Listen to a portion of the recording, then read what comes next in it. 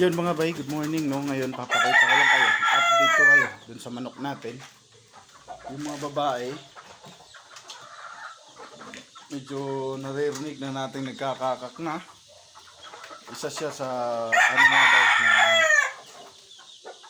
kaunti na lang, mga isang buwan o 2 buwan, pwede na siyang magiginahin no. Ito yung ating ano. So,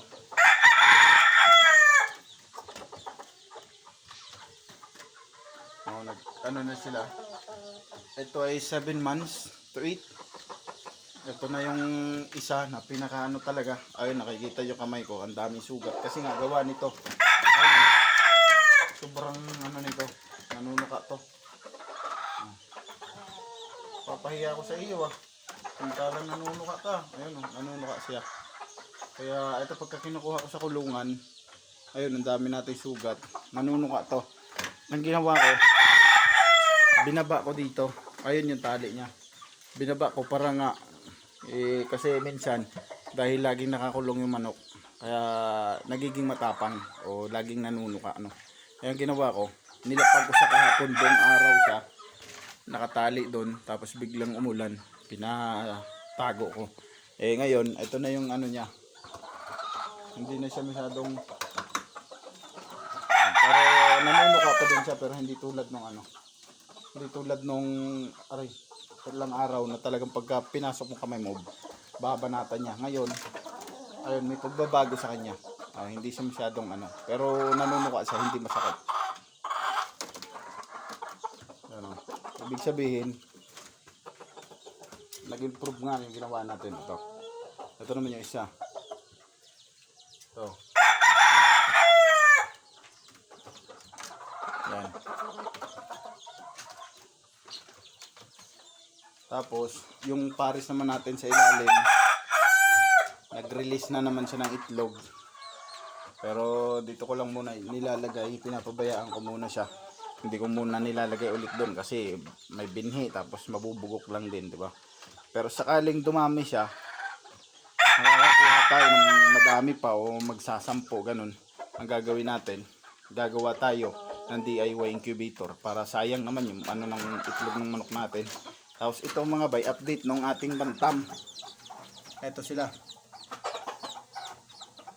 Kikita nyo naman. Ganyan, oh. Yan, ganyan nakalalaki yung ating bantam. Yan ay 2 weeks. Diba?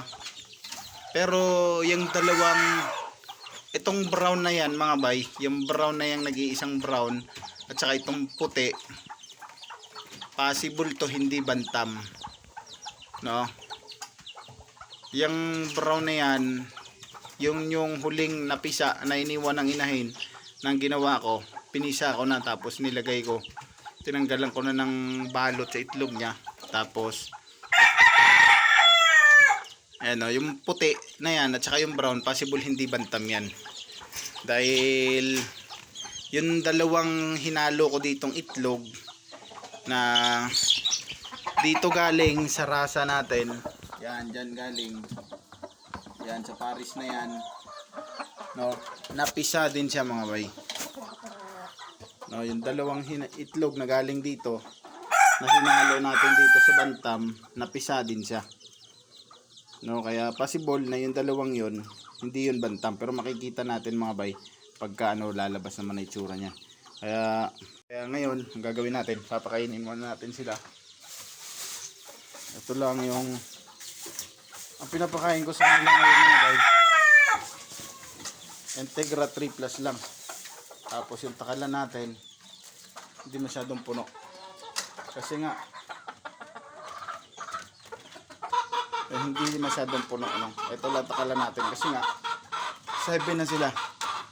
Kailangan na natin adjustan yung kanilang ano. Kasi nga, makikita nyo sa manok natin mga bay, malalakay, matatangkad. Kailangan na natin adjustan yung kanilang pagkain kasi nga pangit din sa manok pagka sobrang taba. Yan.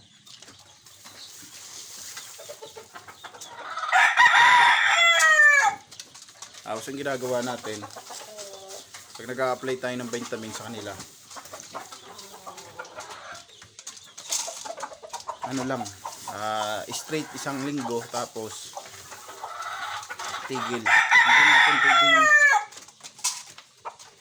no, bali nagsimula na nga tayong ano, may vitamin sila kasi nga 7 to 8 months na. Hindi natin kasi pwedeng laging may vitamins dire-diretso mga bay kasi nga pangit din sa manok. Ito sila. Ito lang, ganito lang kalaki ang ating panakal. Ito. Tapos yung ating dalawang babae naman ito. Yan. Yung babae naman, yung panakal tinirhan natin ng konti. Sa mga babaeng manok dahil tapos yung isa naman dahil nagtatapon lagi o nagtitira, hindi rin natin puno, tapos hindi rin natin siya ano, sakto lang. Tinirhan lang natin ng konti.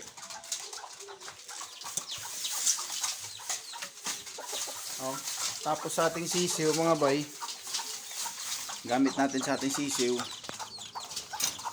ito ay Integra 1000, no? Pero kung meron kayong chick booster, mas maganda ang chick booster.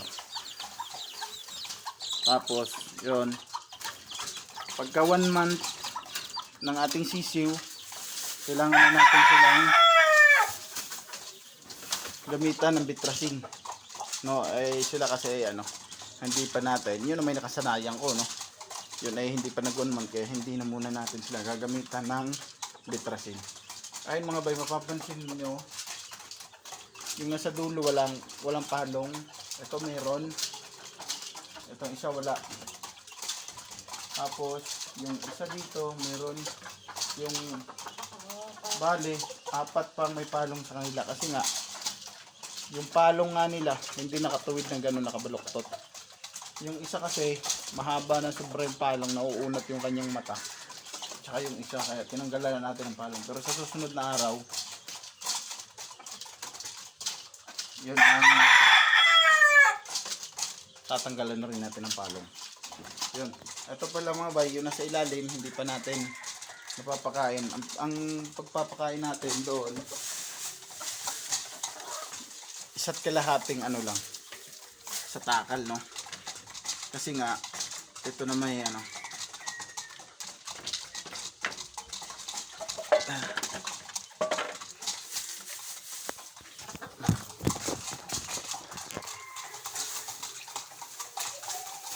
ito yung mahirap mga bay dahil tag-ulan.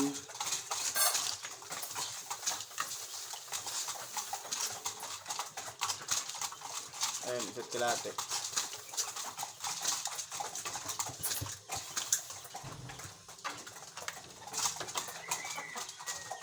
No, tapos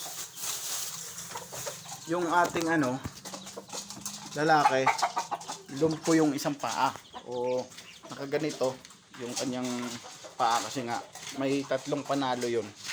Tapos nirelease sa akin, binigay sa akin. Usapan namin, pag nagkalahi o nakapagpalahi, sa kanya ko i-release. Ayun.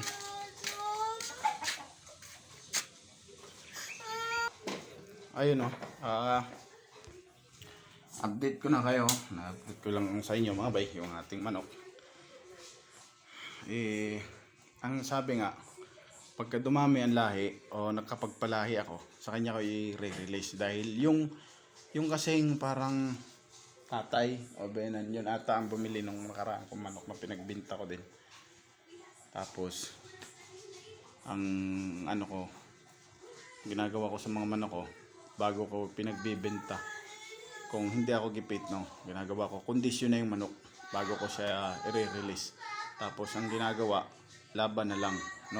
Ang iba ayaw nilang maniwala na kondisyon na yung manok ko bago ko na i-release. Ang ginagawa nila, kinokondisyon pa nila ulit.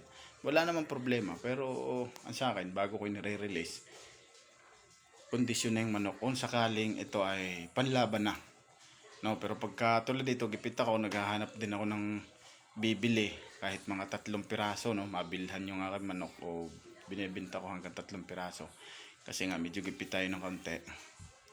Pagka gusto meron nga akong inaalok pero wala pang oras, pero pag nagka-oras sabi ko nga sa kanya siya mismo yung pipili mga bay. Ngayon update ko lang sa inyo, na-share ko lang sa inyo yung ating sistema ng pagmamanok, no. Hanggang dito na lang muna tayo mga bay. Thank you so much, Ka Francis ulit.